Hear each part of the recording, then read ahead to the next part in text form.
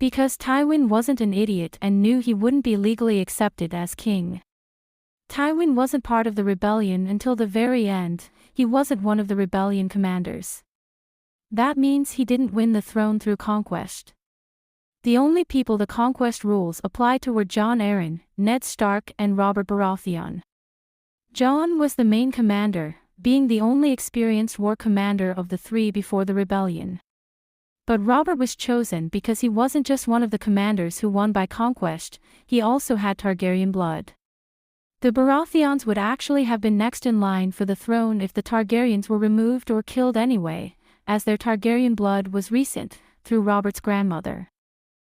Hello everyone, if you are new here, please don't forget to subscribe and click the notifications bell, so you don't miss any new updates on your favorite TV series. Tywin would have known exactly who would be named king. Tywin was friends with Aerys for years, after all. He was also friends with Robert's father for years. He knew exactly what the relation between the Baratheons and the Targaryens was. With Robert being the eldest living Baratheon and one of the war commanders, it's obvious that he'd be next in line for the throne.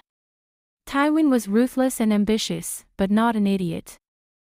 Tywin basically did nothing in the war except sack King's Landing. Even ignoring the fact he wasn't part of the rebellion before that, it wasn't Tywin who finished off the King's Landing Targaryens. It was the Mountain and Lorch who killed Elia, Rhaenys and Aegon, on his orders yes, but they did the deed, and Jaime who killed Aerys.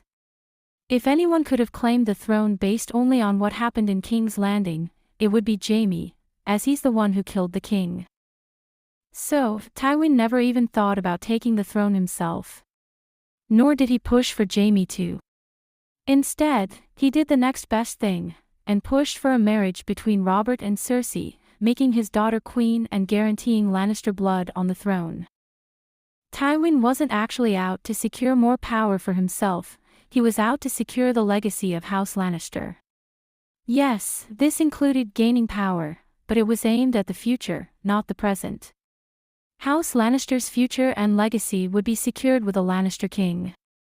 This whole plan was aimed at his grandchildren, a grandson that was half Lannister, and loyal to the Lannisters, being king after Robert. He didn't just rely on Cersei doing her duty, though. He made sure the crown was in deep debt to the Lannisters.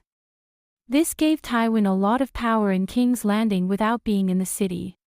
He wasn't hand, or even on the small council, but he could control what the crown did from a distance due to how much money Robert had indebted himself in. Tywin could have pushed for the hand position as well. He'd had the position before, and was successful at it before Aerys' madness started to worsen. But he also knew there would be a lot of upset at a Lannister queen and a Lannister hand, it would be seen as favoritism. And Jon Arryn was honorable, therefore predictable. It may seem like Tywin had practically no power outside of Casterly Rock after the rebellion, but he actually had just as much power as Jon Arryn, it's just that no one really realized that fact. Thanks for watching, please don't forget to like this video and drop comments. And most importantly, don't forget to subscribe and hit the notification bell so you don't miss anything.